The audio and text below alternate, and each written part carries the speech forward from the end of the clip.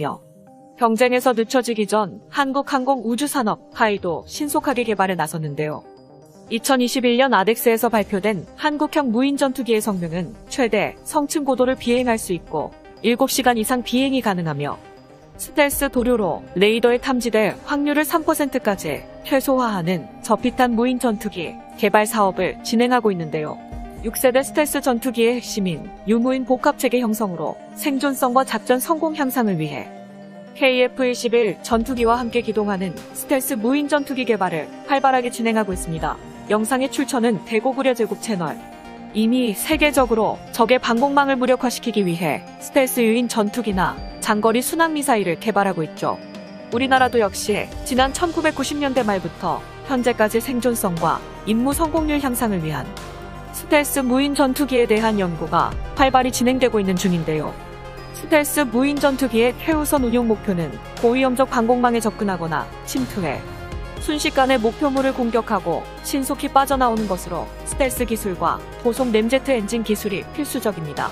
그런데 최근 국방과학연구소가 무인기용 스텔스 기술을 국산화했다는 놀라운 소식이 전해졌습니다.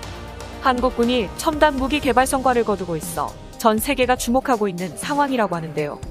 실제로 미국 군사 전문가들이 한국 스텔스 전투기에 대해 진심으로 극찬하기도 했습니다. 한 미국 군사 전문가는 한국의 스텔스 유무인 체계의 무인 드론이 개발된다면 KF-21 몇 단계의 진화를 통해 F-35 전투기의 화력 체계를 뛰어넘을지도 모른다고 밝혔는데요.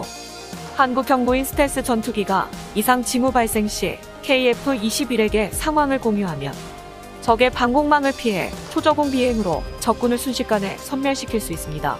국산 무기 체계의 장점인 K-링크 네트워크 연결 능력이 또 하나의 무기가 되고 있는 것이며 미국뿐만 아니라 인도의 군사 전문 매체인 인디안 밀리터리 리뷰도 한국은 뛰어난 무인기 기술을 보유하게 되었다며 아직 독자적인 무인 전투기를 개발할 엄두를 내지 못하고 있는 일본과는 정말로 대조적인 상황이라고 설명했습니다.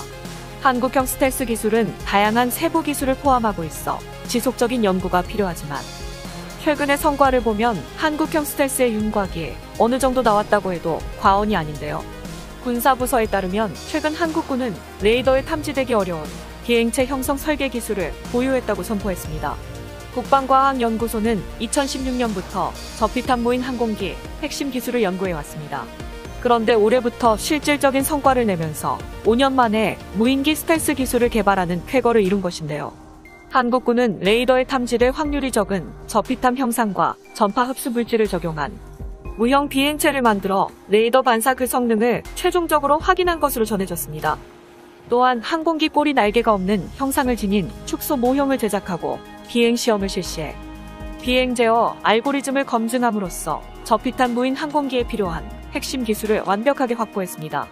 한국군은 이번 성과를 토대로 저비탄 비행체 기술 개발 선도를 목표로 기술 고도화에 연구 역량을 집중해 나갈 방침입니다. 사실 한국의 스텔스 역사는 생각보다 긴 역사를 가지고 있습니다. 1990년 걸프전에서 F-117 스텔스 전폭기가 큰 활약을 펼치면서 한국도 스텔스 기술에 대해 뛰어들기 시작했는데요. 또 한국은 지난 1999년 스텔스 형상 설계, 재료 개발 과제를 개시하며 스텔스 무기체계 연구를 본격화해 나섰습니다. 그런데 매우 놀랍게도 한국군의 성과는 생각보다 빨리 나타났습니다.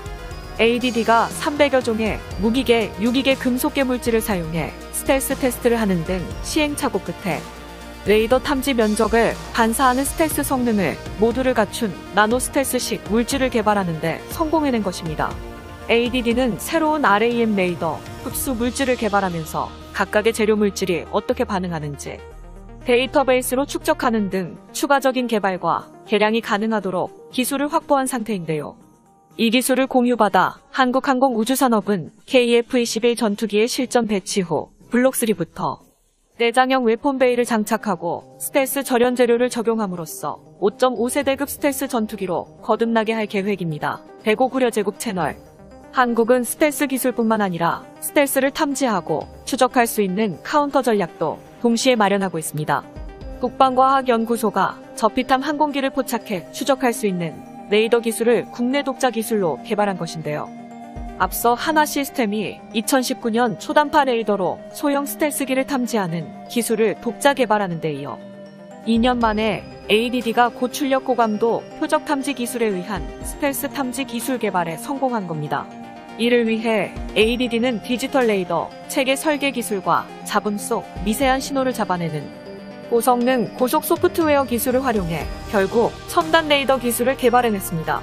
국산 탐지 기술이 전력화한다면 5세대 스텔스기가 지배할 미래 한반도 상공에서 영공 방위 능력이 크게 강화될 것으로 보이는데요. 그동안 한국이 ADD를 통해 스텔스 기술을 연구 개발을 하고 있다는 것은 어느 정도 알려졌었지만 군사기밀이며 보안이었기 때문에 공식적으로 밝혀지진 않았었습니다. 그런데 그 발자취를 따라가 스텔스 기술 연구 수준을 살펴보면 놀라지 않을 수 없는데요. 한국의 스텔스 기술이 가시적인 성과를 낸 것은 2008년부터입니다. 당시 ADD는 전파 흡수 재료를 부착한 F4 전투기와 전투기 축소 모형으로 실시한 지상 실험으로 가시적인 결과를 얻었었습니다. 스텔스 기능 구현에 필수적인 전파 흡수 재료를 개발하는 데 성공한 겁니다. 이것이 바로 한국산 노루표 스텔스 페인트인데요. 노루표 페인트에는 귀여운 노루마크가 그려져 있습니다. ADD가 확보한 전파 흡수 재료는 기체와 장비에 칠을 할 수 있는 보료 또는 필름 플라스틱 소재였던 것으로 전해졌는데요. 이러한 기술을 바탕으로 한국은 중국, 일본보다 앞선 한국의 독자 스텔스 무인 전투기 개발을 차근차근 진행해 나가고 있습니다. 스텔스 전투기의 경우 개발 장벽이 높은 고도의 기술이 요구되기 때문에 중국과 일본이 한국을 따라올 수 없는 상황까지 도달한 것입니다. 실제 중국은 각종 드론을 개발하며 미국을 따라 잡으려 하고 있지만 스텔스 무인 전투기는 아직까지 제대로 개발하지 못하고 있습니다. 대고구려제국 TV. 이 때문에 조바심이 난 중국은 스텔스 무인 전투기를 공개했었지만 실제 비행 영상을 공개하지 않아 성능과 스텔스 개발 능력이 의문시되고 있는 상황입니다. 마찬가지로 중국산 전투기도 제대로 된 성능이 검증된 적이 한 번도 없기도 합니다. 그리고 일본은 전통적으로 전투기에 쓰이는 엔진을 외국 제품에 의존해 왔었는데요. 이 때문에 엔진 기술 리스크는 일본의 전투기 무기 개발에 가장 큰 걸림돌로 작용했었습니다. 하지만 이번에도 일본은 차세대 전투기 엔진 개발을 위해 영국에 손을 내밀었습니다. 결국 일본은 한국처럼 독자적인 전투기 기술을 확보하지 못할 것으로 보이는데요. 반면 한국은 한국군의 기술력이 집약된 한국형 스텔스 전투기를 조만간 공개할 것으로 보입니다. 게다가 한국은 전투기의 스텔스 기술뿐 아니라 스텔스 메타물질을 추가적으로 개발하면서 다방면으로 스텔스 기술을 강화하고 있습니다. 즉, 물체가 존재하지 않는 것과 같은 효과를 낼 수 있어 조만간 스텔스의 핵심 기술로 적용될 수 있을 것으로 보이는데요. 국산 무인 전투기 통합 운용 시험 후 KF-21 전투기의 순간 무장 화력이 4배 이상 상승되었다는 연구 결과를 나타냈는데요. 스텔스 무인 전투기의 보유 무장으로는 한국산 천룡 미사일과 KDGB 폭탄 등 다양한 국산 무장 체계들이 듬뿍 적용될 예정입니다. 이처럼 한국 역사상 최초로 첫 번째 국산 전투기인 KF-21 보라매를 선보였던 한국항공우주산업이 한민족의 미래를 위하여 예상보다 훨씬 빠르게 차세대 무인 전투기를 개발하고 있는데요. 방금 소개드렸던 6세대급 유무인 소프트웨어 체계와 함께 스텔스 무장창 역시 동시에 개발이 진행 중이며 RAM 설계를 통해 2026년에 등장할 KF-21 전투기의 매립형 무장창을 적용하기 전에 스텔스 무인 전투기에 먼저 매립형 무장창을 적용시키겠다는 1차 목표로 연구를 진행 중입니다. 또한 스텔스 무인 전투기 개발의 최종 목표로 우리나라가 독자적으로 개발한 한국산 터보제트 엔진 1기가 탑재될 예정인데요. 이것 역시 KF-21 전투기의 엔진을 탑재하기 전 스텔스 무인기에 먼저 적용시켜보는 것이며 만약 계획대로 모든 것이 척척 흘러간다면 한국 역사상 최초의 국산 제트 엔진 항공기가 세상에 등장하는 것입니다. 이러한 연구개발 상황 속에서 최근 방위사업청은 출고식 이후 미리 만나보는 KF-21 비행 모습이라는 제목으로 1분 12초짜리 영상을 공개했는데요. 3D로 구현된 KF-21 보라매 전투기는 우리 영공을 힘차게 날았고 한국 공군의 공중 급류기에서 공중 급류를 받는 모습까지 완벽하게 보여주었으며 국산 무인 전투기로 추정되는 항공기와 편대를 이루며 울릉공항에서 이륙해 복도 상공을 날기도 했습니다. 대고구려제국 채널 영상. 이번에 공개된 영상에서 가장 주목해야 될 것은 한국형 무인 전투기가 유무인 복합체계 구축을 이룬 것입니다. 2021년에 들어서 우리나라의 선진적인 항공기술은 끊임없이 발전하고 있는 건 모두가 알고 있는 사실 중 하나인데요.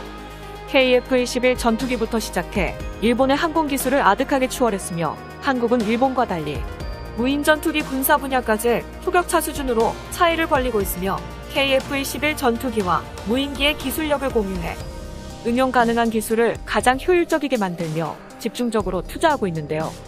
열등감 있는 일본 측에서는 한국이 무인기 확보에 실패할 것이라고 예상했지만 그 예상은 보기 좋게 빗나갔습니다. 무인기 공개 전 일본 언론들은 한국의 고등훈련기 T-50을 통해 이제 막 항공기 산업의 문을 열었다고 언급했으며 무인 스텔스기 디자인에 6세대 스텔스 공격기는 개발하는 기술력이 훨씬 까다롭다며 일본에서도 힘든 일이므로 한국의 무인 드론 산업이 예산만 투입된 채 보기 좋게 실패할 것이라고 내다봤지만 우리나라는 일본 언론의 부정적인 전망과 달리 떡하니 한국형 스텔스 무인기 시험 비행까지 무사히 성공해냈고 그것을 공개하자 일본 매체들은 한국의 항공 제조업의 저력을 진심으로 두려워하는 반응을 보였습니다. 채널명 대고구려제국. 이렇듯 세상에 등장한 한국형 무인 전투기란 적의 방공망 사거리 밖에서 원격으로 공격 목표를 부여하면 비행 방법을 일일이 지정하지 않아도 자체적으로 최선책을 찾아 공격 임무를 수행하도록 만들어진 차세대 전투기로 알려졌는데요. 대한민국 6세대 전투기의 가장 핵심 기술인 무인 드론 기술과 KF-21 전투기와 함께 운용하게 될 유무인 복합체계. 한국의 스텔스 무인 전투기가 개발이 완료된다면 한국은 6세대 전투기에 대한 유무인 복합체계를 확보하게 됩니다. 이는 국방과학연구소 관계자의 발언이며 이처럼 6세대 유무인 복합체계는 차세대 전장에서 없어서는 안 될 중요한 기술 중 하나입니다. 이미 국방과학연구소는 레이더에 탐지되기 어려운 비행체 형상, 스텔스 설계 기술과 비행 제어 알고리즘을 개발하여 한국형 UCAV에 필요한 저피탐 스텔스, 무인 항공기 핵심 기술을 확보했다고 밝힌 적이 있습니다. 국산 스텔스 UCAV는 미래 핵심 기술 분야의 저피탐 스텔스 형상의 한국형 무인 전익기 형태를 갖추는데 성공했는데요. 2021년 국방과학연구소에서는 무인 스텔스기를 개발을 공식적으로 언급했으며 저피탐 수준의 레이더 반사 수치를 대폭 늘리는 스텔스 기술이 약 80% 수준에 도달했다고 공식 발표했었죠. 5월 30일에는 국내 최초로 비행체용 전파 흡수 구조 기술을 비롯하여 레이동 기술, 안테나 내장 일체형 구조, 경량 전파 흡수 도료 등 무인기에 적용 가능한 스텔스 핵심 기술 4종을 완벽히 개발했다고 추가적으로 발표했으며 2030년대에 등장하게 될 저피탐 무인기는 무인 정찰기 외에 무인 전투기로도 끝없이 진화할 예정입니다. 저피탐 무인기는 한국의 국산 기술로 개발된 터보제트 엔진 1기를 사용할 예정이며 전체적인 크기는 유럽연합이 개발 중인 공격형 무인기보다 더욱 거대해진 형상을 지니고 있습니다. 대고구려제국TV. 최대 비행 속도는 시속 980km에 달하며 500파운드, 즉 230kg의 정밀 유도 폭탄 2발을 내부 무장창에 장착할 수 있군요. 이 밖에도 KF-21 전투기와 무인 전투기 간의 통합 운용은 향후 미래 공중전의 게임 체인저로 알려졌습니다. 예를 들어 무인 전투기를 우선 적진으로 보내 정찰시키고 뒤따르던 유인 전투기가 무인 전투기로 정찰 정보를 받아 뒤에서 공격할 수도 있죠. 여기에 더해 기술이 발전되면 유인 전투기에서 직접 무인 전투기를 조종해 정찰 및 공대공 및 공대지 임무를 수행하게 할 수도 있습니다. 유무인 통합 운용 체계의 약자인 일명 멈티를 사용하게 되면 유인 전투기의 공격력과 생존성을 대폭 높일 수 있는데요. 국산 전투기인 KF-21 보람에는 우리식 독자 기술로 만든 국산 전투기이기 때문에 아무런 제약 없이 국산 무인 전투기와의 독자적인 멈티 구축 및 운용이 가능하다는 게 엄청난 장점입니다. 그러나 이러한 멈티를 적용하는 데는 어려움도 존재합니다. 예를 들어 현재 우리 공군이 운용 중인 미국제 전투기와 국산 무인 전투기 간의 멈티를 구축하려면 우선 미 정부의 허락을 받아야 하고 막대한 통합 비용이 들 수 있는데요. 이 밖에도 국산 무인 전투기의 조종 및 항공 전자장비, 그리고 통신 장비에 대한 소스코드도 공개해야 합니다. 반면 국산 전투기인 KF-21 보람의 전투기는 우리가 만들었기 때문에 이러한 문제 없이 국산 무인 전투기와의 독자적인 멈티 구축 및 운용이 가능합니다. 한국형 무인 전투기는 거의 100% 국산 무기라고 볼 수 있는데요. 그중 가장 문제시되었던 항공기에 들어가는 터보팬 엔진 국산화는 실로 놀랍습니다. 최초에는 러시아를 통해서 대한민국용 터보제트 엔진의 기초 설계도와 원천 기술을 이전받고 엔진 통합 기술을 이전받아 램제트 엔진 개발의 나비 효과가 무인 전투기에까지 영향을 주게 된 것입니다. 한국군이 가진 가장 궁극적인 목표는 이러한 무인기를 지상 공격이 가능한 공격기로 전환하는 것입니다.